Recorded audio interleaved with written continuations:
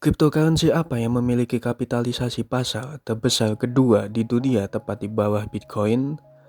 Jawabannya Ethereum. Dengan satu koin Ethereum seharga di kisaran 32 juta rupiah saat video ini dibuat. Jika kalian tahu pendiri di balik Ether ini adalah seorang bocah berusia 19 tahun berkebangsaan Kanada Rusia, dialah Vitalik Buterin. Di video kali ini, kita akan membahas tentang Vitalik Buterin. Tonton sampai habis video ini. Like, share, and subscribe channel ini agar terus berkembang dan tidak ketinggalan informasi penting lainnya.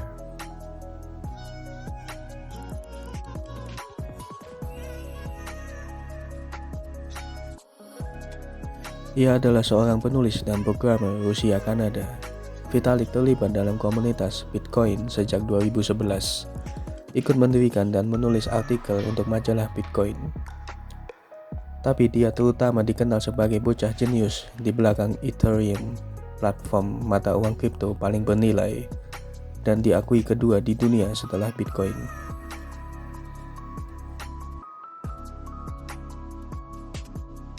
Vitalik lahir pada 31 Januari 1994 di Kolomna, Moskow, Rusia. Dia tinggal di Rusia sampai usia 6 tahun. Ketika orang tuanya memutuskan untuk pindah ke Kanada untuk mencari peluang kerja yang lebih baik. Ketika dia duduk di kelas 3 sekolah dasar Kanada, dia ditempatkan dalam sebuah program untuk anak-anak berbakat. Dan meskipun mendapatkan tempat dalam program ini berarti lebih banyak kesempatan belajar, pada dasarnya dia tiba-tiba dipisahkan dari teman-temannya. Saat berada di program, Vitalik dengan cepat menyadari bahwa keahlian dan bakat khususnya membuatnya agak aneh bagi rekan-rekannya dan bahkan gurunya. Dia secara alami cenderung pada matematika dan pemrograman dan dapat menambahkan angka 3 digit di kepalanya 2 kali lebih cepat dari rata-rata anak seusianya.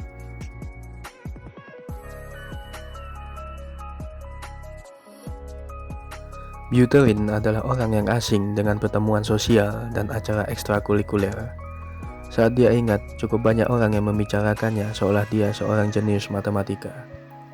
Saat itu, Vitalik mulai bertanya-tanya mengapa dia tidak bisa menjadi orang normal dengan rata-rata 75% seperti orang lainnya.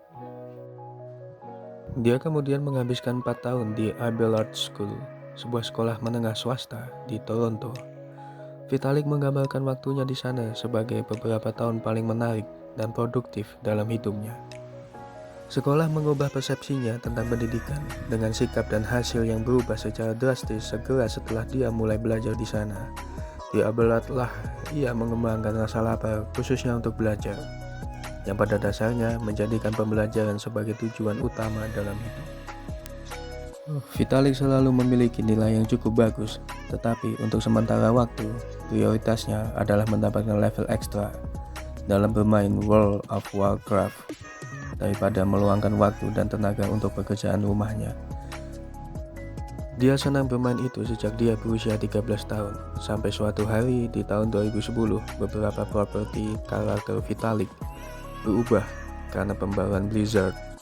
Dia menangis sampai tertidur malam itu, kemudian menyadari betapa buruknya layanan tersentralisasi dan keluar dari permainan itu sama sekali.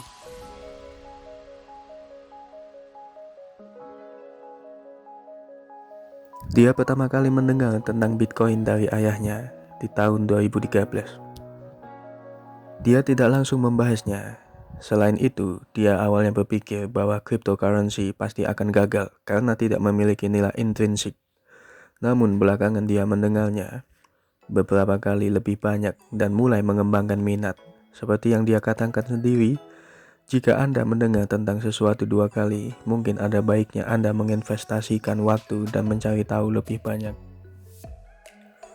Secara alami, sifat Bitcoin yang terdesentralisasi dan tidak terkendali menarik minatnya.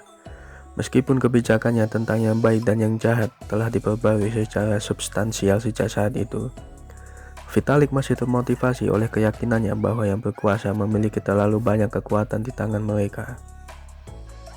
Buterin akhirnya menghabiskan waktunya di berbagai forum terkait Bitcoin, meneliti jaringan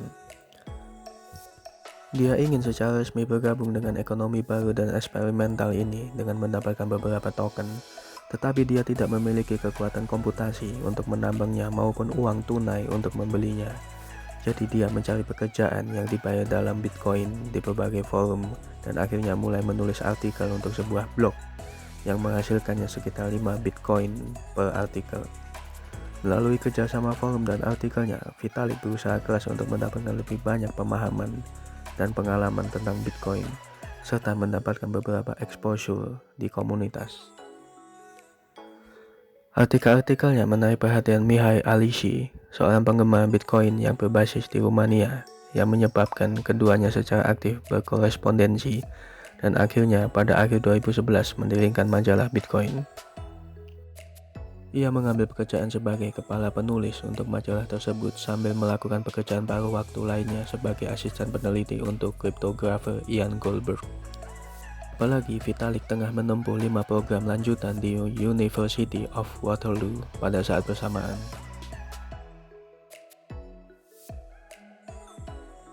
Pada Mei 2013, dia melakukan perjalanan ke San Jose, California untuk menghadiri konferensi terkait Bitcoin sebagai perwakilan dari majalah Bitcoin. Ini adalah pertama kalinya Buterin menyaksikan bahwa komunitas yang muncul di sekitar cryptocurrency masih hidup dan bersemangat, yang meyakinkannya bahwa ini adalah proyek yang sangat layak untuk dilakukan. Belakangan tahun itu, Vitalik keluar dari universitas dan menghabiskan sebagian dari Bitcoin yang dia kumpulkan untuk bepergian ke seluruh dunia dan bertemu orang-orang yang mencoba memperluas kemampuan jaringan Bitcoin dan membuatnya menjadi versi yang lebih besar dan lebih baik dari saat ini.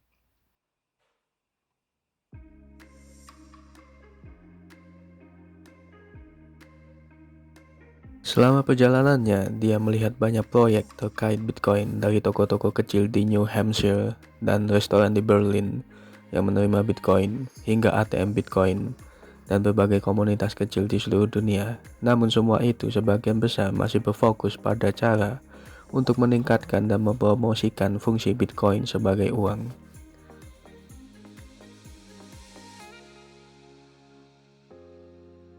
Pada saat kunjungannya ke Israel, di mana dia bertemu orang-orang di balik proyek yang disebut Covert Coins dan Mastercoin, proyek-proyek tersebut sedang menjajaki penggunaan blockchain untuk berbagai aplikasi lain, yaitu mengeluarkan token di atas Bitcoin, memungkinkan pengguna untuk menggunakan kontrak keuangan dan sebagainya. Meskipun mereka masih menggunakan Bitcoin blockchain yang mendasarinya, mereka menetapkan properti baru untuk transaksi Bitcoin.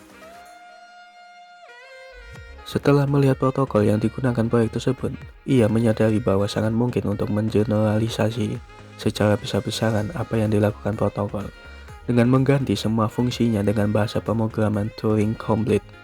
Dalam ilmu komputer, bahasa pemrograman itu adalah sesuatu yang memungkinkan komputer untuk memecahkan masalah tertentu dengan algoritma yang sesuai dan jumlah waktu dan memori yang diperlukan.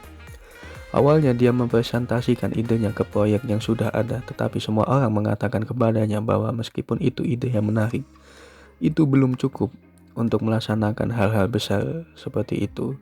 Jadi dia memutuskan untuk melakukannya sendiri. Pada akhir 2013, Vitalik Buterin mendeskripsikan idenya di sebuah kertas putih yang ia kirimkan kepada beberapa temannya, yang kemudian mengirimkannya lebih jauh. Alhasil, sekitar 30 orang menghubungi Vitalik untuk membahas konsep tersebut. Meski begitu, konsep Ethereum masih sangat banyak tentang mata uang. Ide berubah dan dibentuk seiring waktu selama pertemuan dan diskusi dengan orang-orang yang sepenuhnya setuju dengan ide tersebut. Begitu mereka memiliki bahasa pemrograman, mereka baru saja menemukan cara baru untuk menggunakannya setiap minggu. Proyek ini diumumkan secara publik pada Januari 2014 dengan tim inti yang terdiri dari Vitalik Buterin, Mihai Alishi, Anthony Di Iulio, Charles Hoskinson, Joe Lubin, dan Gavin Wood. Buterin juga mempresentasikan Ethereum di atas panggung pada konferensi Bitcoin di Miami, dan hanya beberapa bulan kemudian tim memutuskan untuk mengadakan Gold Shell Ether, token asli jaringan, untuk mendapatkan pengembangan. Kira-kira pada waktu yang sama, Vitalik sendiri menerima hibah dari Tile Fellowship sebesar 100.000 US dollar melalui crowd sale, di mana Ether dijual untuk Bitcoin. Tim mengumpulkan lebih dari 31.000 BTC dari komunitas cryptocurrency yang berjumlah sekitar 18 juta US dollar pada saat itu. Namun selama crowd sale, Bitcoin diperdagangkan dengan harga sekitar 650 US dollar.